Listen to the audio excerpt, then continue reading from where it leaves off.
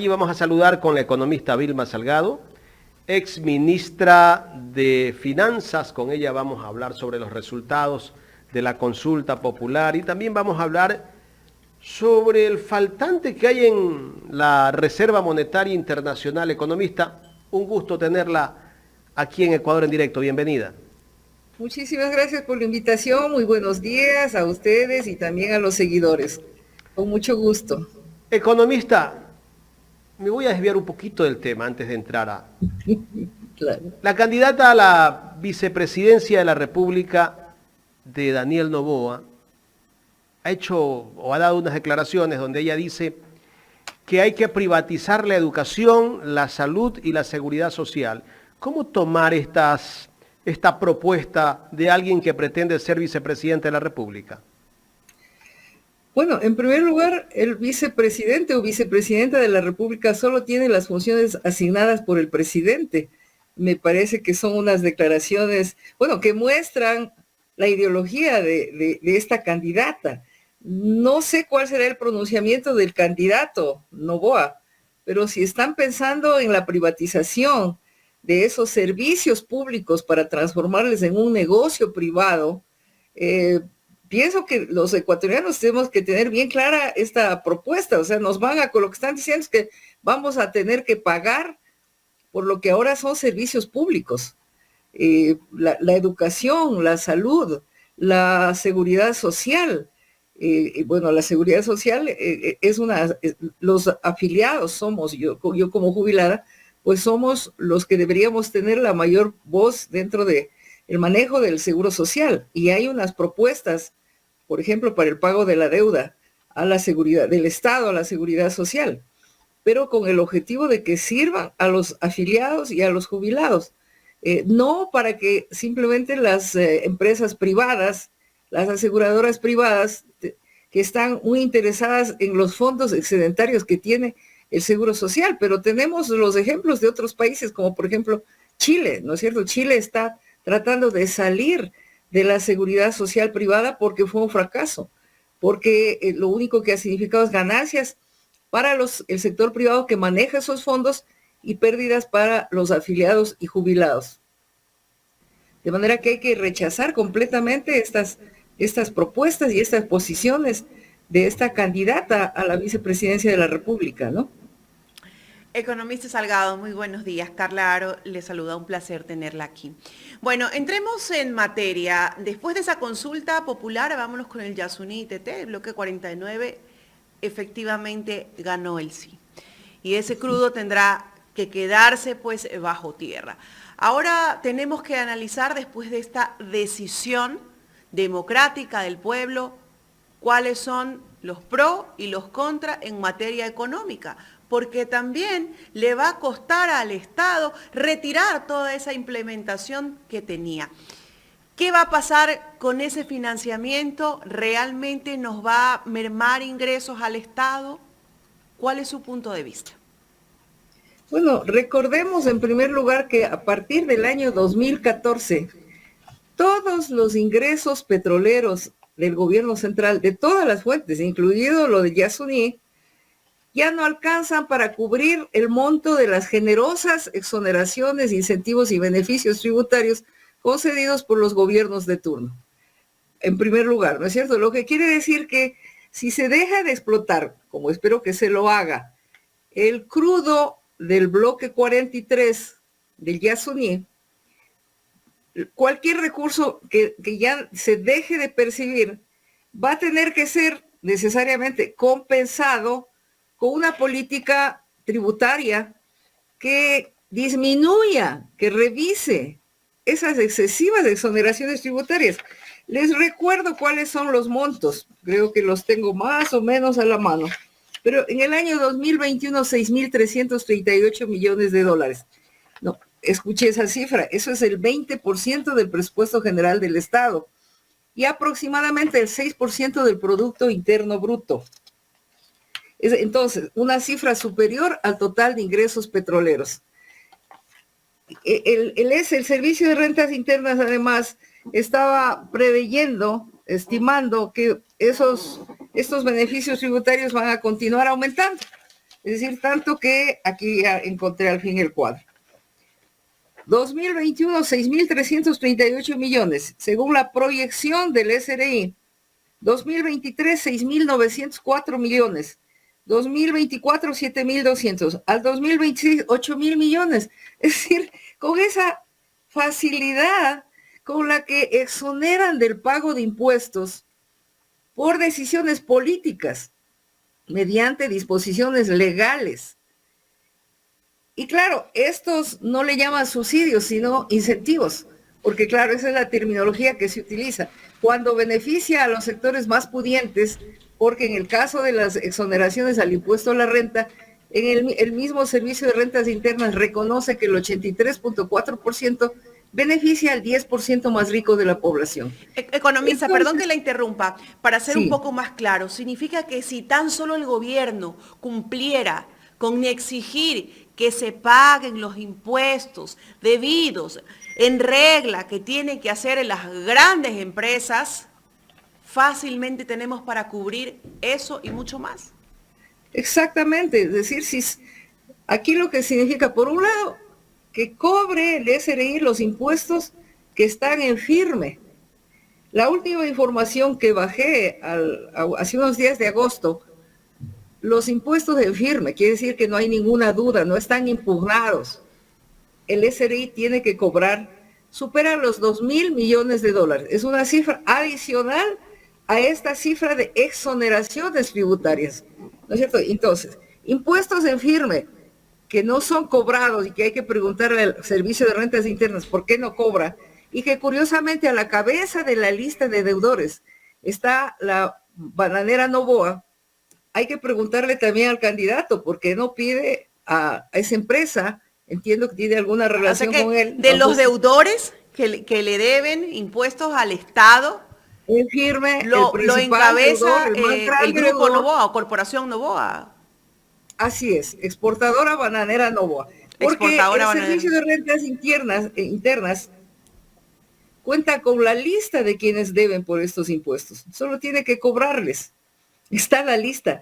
Se puede bajar del internet los 500 mayores deudores, pero a la cabeza está la exportadora bananera Novoa.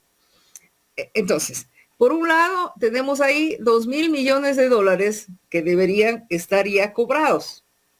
Adicionalmente, tenemos esta política de exoneraciones tributarias, que son disposiciones legales por las cuales el Estado deja de percibir, es decir, pierde ingresos por, en el año 2021, la astronómica cifra de 6.338 millones de dólares. Esto es, en ese año, una cifra superior al total del gasto en educación, salud, ¿no es cierto? Y desarrollo agropecuario. Perdón. En ese año, por desarrollo agropecuario, solo se gastó 128 millones de dólares. Uy, perdón. Me permite, voy a cerrar una puerta y una corriente de aire. Un segundito, por favor. Pónganos acá, Jorgito, estamos conversando con la economista Vilma Salgado. La exportadora bananera Novoa, que sea una de las principales deudoras. Bueno, no nos debe llamar la atención porque ya esto no es de ahora. Esto es desde hace muchísimos años. Sino que los grandes medios no le dan bola. Los grandes evasores de impuestos. Y los que siempre tienen la deuda ahí pendiente porque están esperando que llegue un gobierno que defienda ciertos intereses para que esas deudas desaparezcan.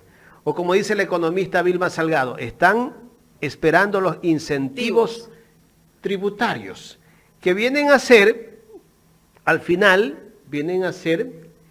¿Condonaciones de deuda? No, condonaciones no. Lo que le dan a los pobres, ¿cómo se llama? Subsidios. No, pero para ellos le condenan esa deuda, no pasa nada y lo que te estoy dando es un incentivo. Pero a nosotros no nos dicen, oiga, no va a pagar yo no entiendo cómo funcionan esas grandes empresas economistas. Si me estoy saltando un poquito. Cuando yo no pago al SRI, me sacan de la lista blanca, me mandan a lista negra, creo que le llaman. No puedo facturar. hay que preguntarle al Servicio de Rentas Internas, ¿no es cierto? ¿Cómo es que hace para que estas grandes empresas además no paguen por largo tiempo? Y claro, lo que están esperando es que les condonen intereses, multas y recargos. Recordemos esta práctica de las famosas llamadas remisiones de intereses, multas y recargos. Pero son cifras millonarias. Si estamos hablando de 2.000 millones de dólares de deuda y les condonan intereses, multas y recargos, recordemos en el año 2018 a las grandes empresas petroleras les condonaron alrededor de 700 millones de dólares. A los 10 más grandes deudores les condonaron más de 1.000 millones de dólares.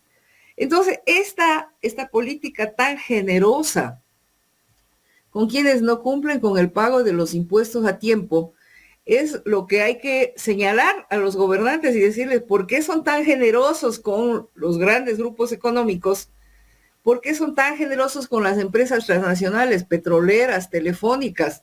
Mire, solo quiero recordarles que hace unos días la ministra de Telecomunicaciones declaró que a propósito de la revisión que tenían que hacer del contrato con las empresas telefónicas.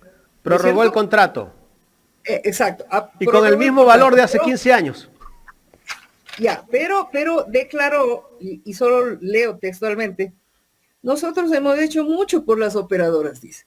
Se les ha reducido el impuesto a la cuota de mercado como 320 millones menos. Es decir, fíjese en esa generosidad. Ustedes no paguen 320 millones de dólares de impuestos, pero resulta que da la casualidad de que eso es casi el triple del total del gasto en desarrollo agropecuario en el año previsto en el año 2023. Entonces, ¿de qué se trata esto? ¿No es cierto? Está claro de lo que se trata. Se trata de favorecer la acumulación de capital, de favorecer a las grandes empresas, sobre todo transnacionales, mientras se es muy austero con el gasto social. Es decir, ahí sí son bien rígidos, ¿no es cierto? Reducir el gasto, despedir a empleados públicos, reducir al mínimo la inversión pública. Y en este año se continúa con la práctica de la no ejecución del presupuesto. Es decir, la Asamblea, cuando existía, aprobó un presupuesto general del Estado. Busco la información que aquí tengo, tal cantidad de información. La ejecución presupuestaria de los ministerios a junio 2023. El mayor problema que estamos enfrentando los ecuatorianos es el problema de la inseguridad. Vivimos una situación de angustia. Y a junio del 2023, el Ministerio del Interior ha ejecutado el 8.8% del presupuesto. Es decir, cuando debería estar ya en el 50% o más, dada la absoluta inseguridad. ¿Y por qué ocurre esto, economista? Eso es lo que hay que preguntarle al ministro, ¿no? Bueno, no es solamente, esto es lo más escandaloso. Pues, ¿O será acaso que el Ministerio de Finanzas no le da los recursos? Puede ser, el Ministerio de Finanzas es como una especie de rey ahora, ¿no es cierto? Sabemos que decide a quién entrega, a quién no entrega. Y también el destrozo que han realizado de las instituciones. Es decir, al suprimir empleados públicos, al suprimir instituciones que tenían que ver con el tema de la seguridad, se han quedado sin capacidad de acción. Eso es lo que se puede ver aquí, ¿no es cierto? En el Ministerio del Trabajo, ejecución 23%, Ministerio de Transporte y Obras Públicas, eso tiene que ver con la inversión pública, 28%. Es decir, continúa la misma práctica del año 2022. No ejecutar el presupuesto general del Estado, con lo cual se provoca un golpe al conjunto de la economía, porque esto quiere decir que no ingresan recursos a la economía. Eso golpea en general al empleo, golpea a toda la economía, porque también el sector privado se ve golpeado. Es decir, si no hay inversión pública, no hay trabajo para la gente, claro, no hay utilidades para las empresas, porque normalmente el Estado construye contratando empresas privadas. Entonces vivimos en un estancamiento total. Y esto es lo que viene ya sucediendo, ¿no? A pesar de eso, el gobierno ha empezado a utilizar las reservas internacionales. Seguramente están pensando, como muchos candidatos han dicho, que van a utilizar parte de esas reservas para atender las necesidades más urgentes de la población. El gobierno se está encargando de gastarse la reserva monetaria. ¿Y de qué manera la está gastando? Desconozco, porque si el Estado no puede usarlas, ¿verdad? El Estado no puede usarlos. A ver, primero recordemos qué es esto de la reserva monetaria, ¿no es cierto? El nombre de Reserva Monetaria Internacional viene del hecho de que era utilizada esa reserva cuando teníamos moneda nacional, y los países que conservan su moneda nacional tienen necesidad de estas reservas de divisas, normalmente dólares, ¿no es cierto?, para respaldar la cantidad de moneda nacional en circulación dentro del territorio nacional.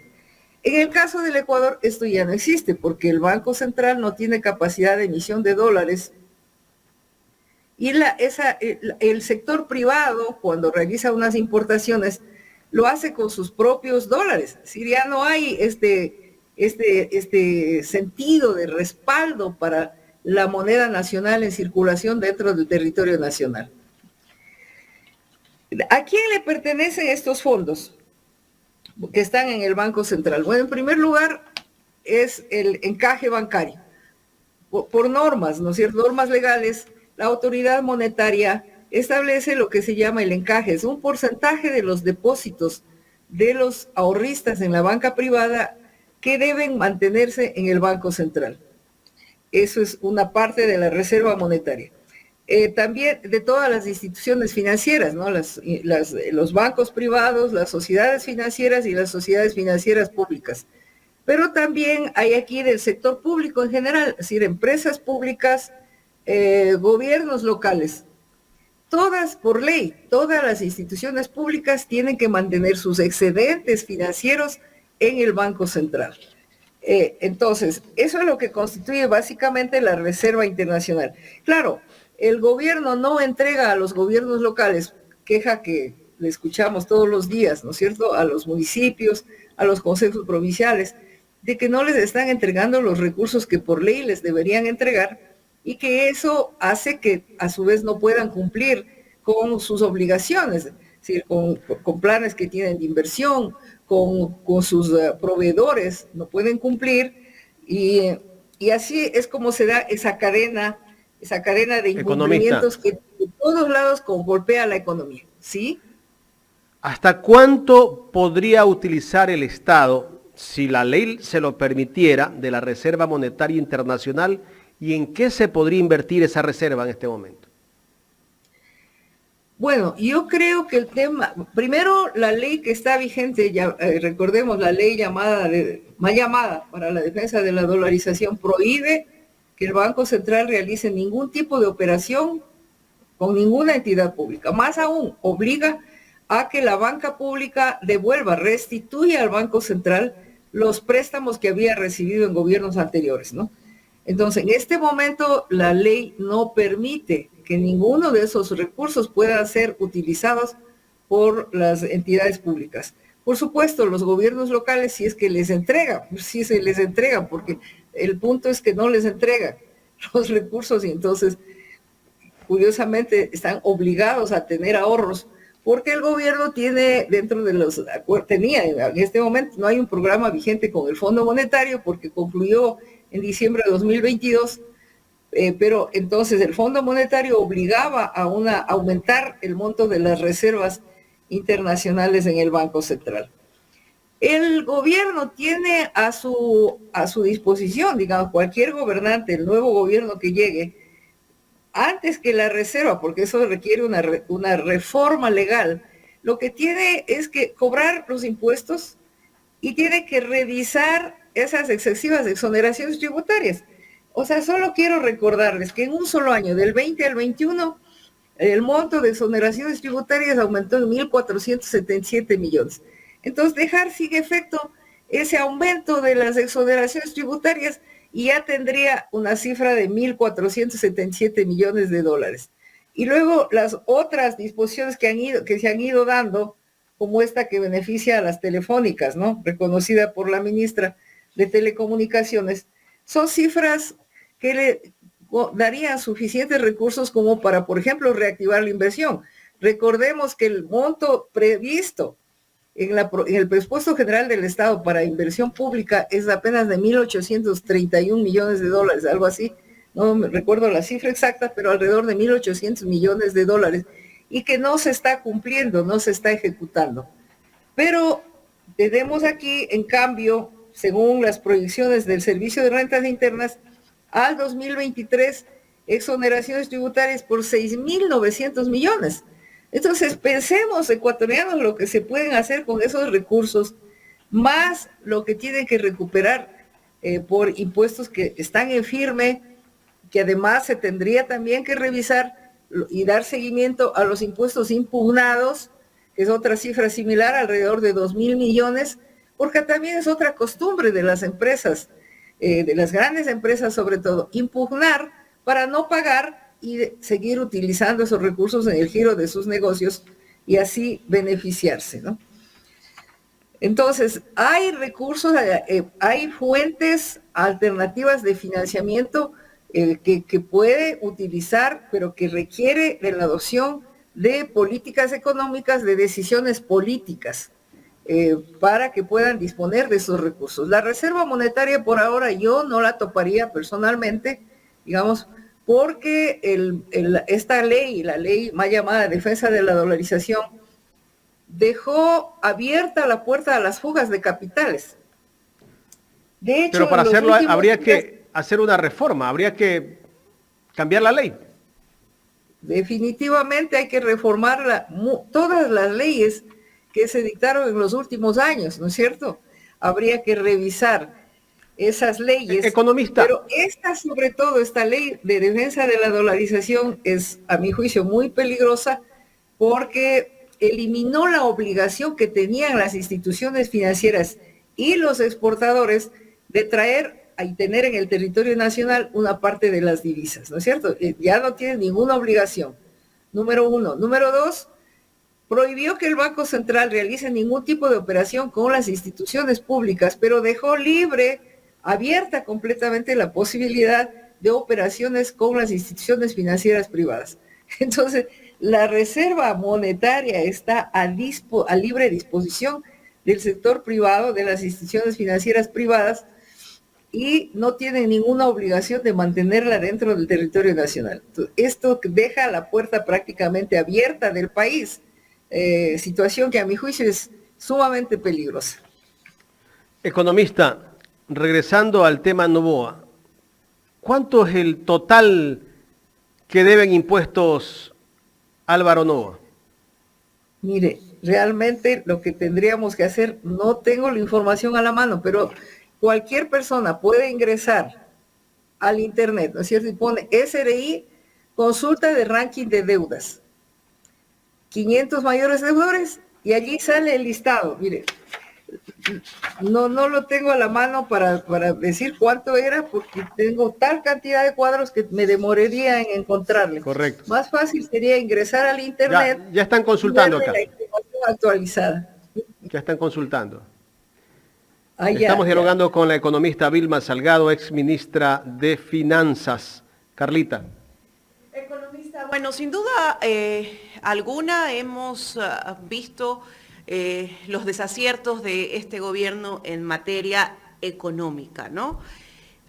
Ahora, estamos ya en una contienda electoral que ya va hacia una recta final y tenemos claro las dos puestas en escena que tienen los candidatos con sus pensamientos y sus lineamientos económicos. Le pregunto yo, de estas propuestas, ¿cuál es la que en estos momentos de crisis general, en todas las aristas, tiene el país? ¿Cuál es la propuesta que le conviene a este país, tomando en consideración que lo que tiene este nuevo gobierno es 1 año 6 meses?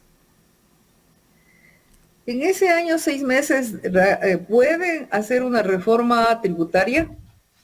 Sí, claro, esta reforma tributaria tendría que ir en el sentido de revisar estas excesivas exoneraciones tributarias, porque ahí tienen una fuente de recursos líquidos y rápidos, ¿no? Porque son exoneraciones concedidas mediante disposiciones legales que pueden ser cambiadas.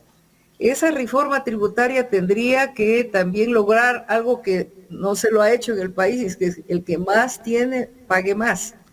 Sí, porque en el caso del impuesto a la renta estamos viendo que prácticamente las exoneraciones de impuesto a la renta benefician al 10% más rico. Entonces, eso también simplemente se puede eliminar. En el caso de, hay otra cantidad de políticas que pueden darle recursos al Estado. Por ejemplo, el tema de los mecheros, ¿no? Que se quema el gas en el oriente y que contamina y que se mueren sobre todo insectos, contamina completamente el ambiente. Ese gas puede ser explotado con muy poca inversión, de acuerdo con los expertos petroleros, y le daría también ingresos al Estado, sobre alrededor de unos 400 a 500 millones de dólares. Entonces, todas esas opciones tiene que impulsar un gobierno alternativo. Desde luego también la reactivación de la economía, porque vía contando con estos recursos. ¿Y cómo dinamizamos en este momento la economía? ¿Es necesario inyectar capital directo a la economía ecuatoriana para que haya circulante? ¿Cuál es la forma correcta de hacerlo en estos momentos? Es decir, un nuevo gobierno, porque el actual, recordemos que solo está interesado en privatizar los servicios públicos, ¿no? Y en pasar al sector privado los mejores activos. Eso es lo que ha venido intentando hacer. Pero un gobierno alternativo lo que tendría que hacer es utilizar estos recursos que se puede obtener de varias fuentes.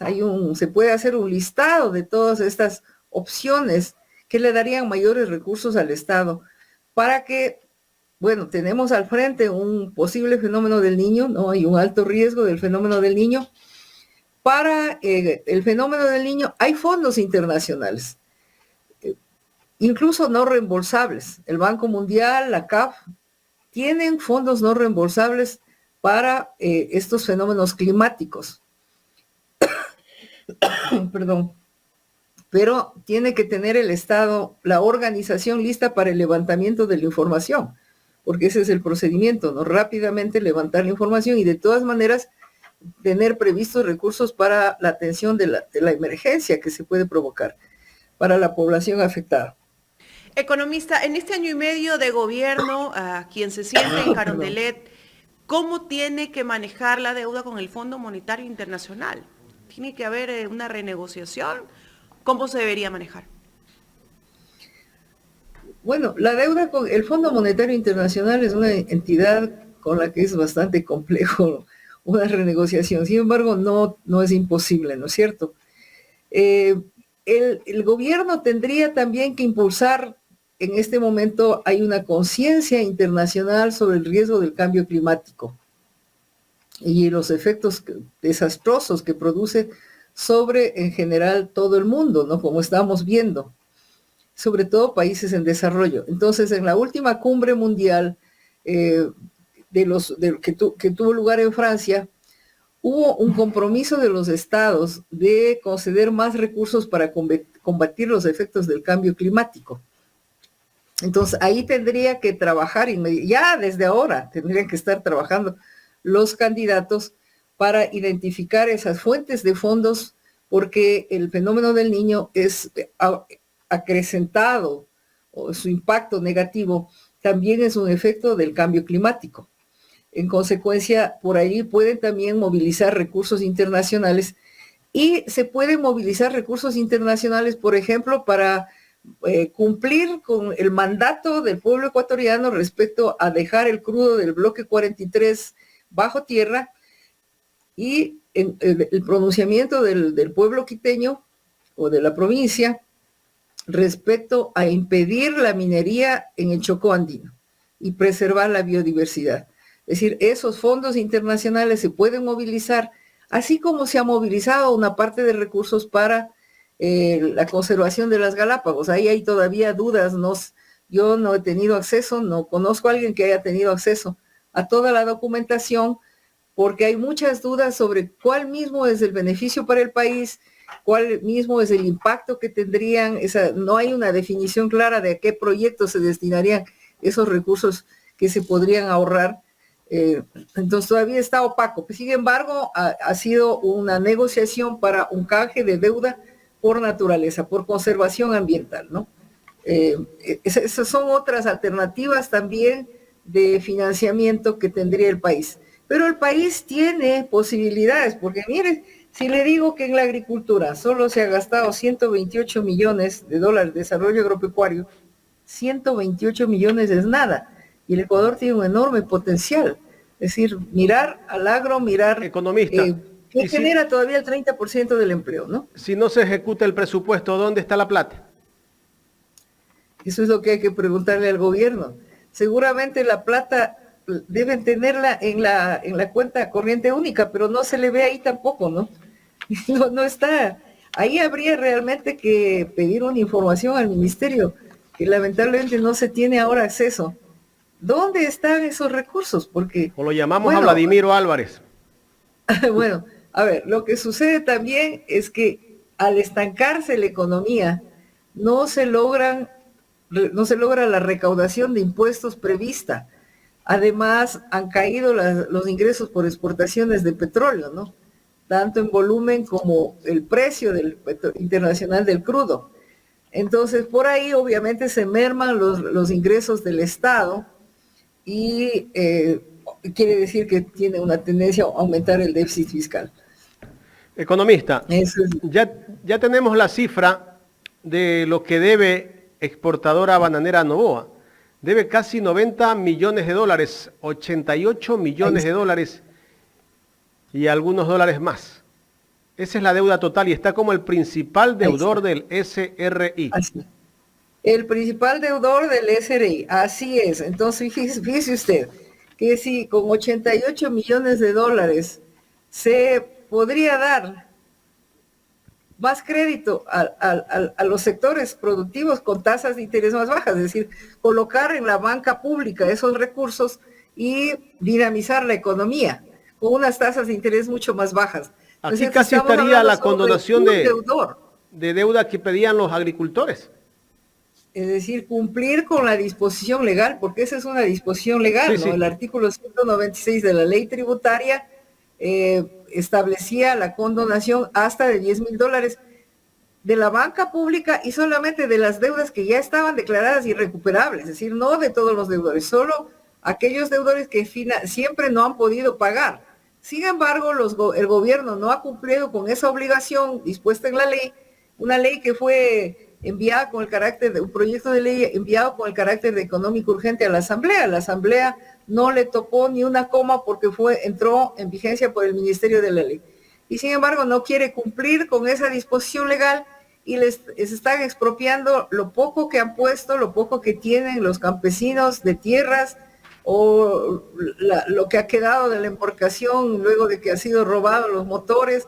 Sí les están expropiando, realmente dejando en la miseria, lo cual es una extrema crueldad y hace un daño enorme a la economía, porque son sectores productivos, son sectores que si se les da una ayuda pueden reactivar la producción, continuar trabajando, continuar produciendo para aportar a la economía nacional. Economista, la última pregunta. ¿Qué criterio merece que el candidato Daniel Noboa haya anunciado 4 ministros, futuros ministros, si es que llega a ser presidente, que vienen del sector empresarial? Uno de ellos es Iván Wong, que viene del grupo bananero Wong. ¿Para ministro de qué le habrá puesto el señor Wong? Agricultura. Bueno, francamente, yo espero que los ecuatorianos ahora sí reflexionemos con la experiencia que ya tenemos de un banquero. Se creía que el banquero, algunos creían, ¿no es cierto?, que el banquero tenía una experiencia económica y como empresario iba a manejar la economía, pero vemos que esto ha sido un desastre. Es decir, no quisiera anticipar criterios sobre... No tengo idea quién será el señor Wong, pero lo que ha resultado siempre es que no tienen experiencia administrativa en el sector público y tienden a manejar las entidades públicas como si fueran entidades privadas y la lógica es completamente distinta. En el sector privado la lógica es la ganancia, en el sector público la lógica es el servicio a la colectividad. Entonces son lógicas completamente distintas.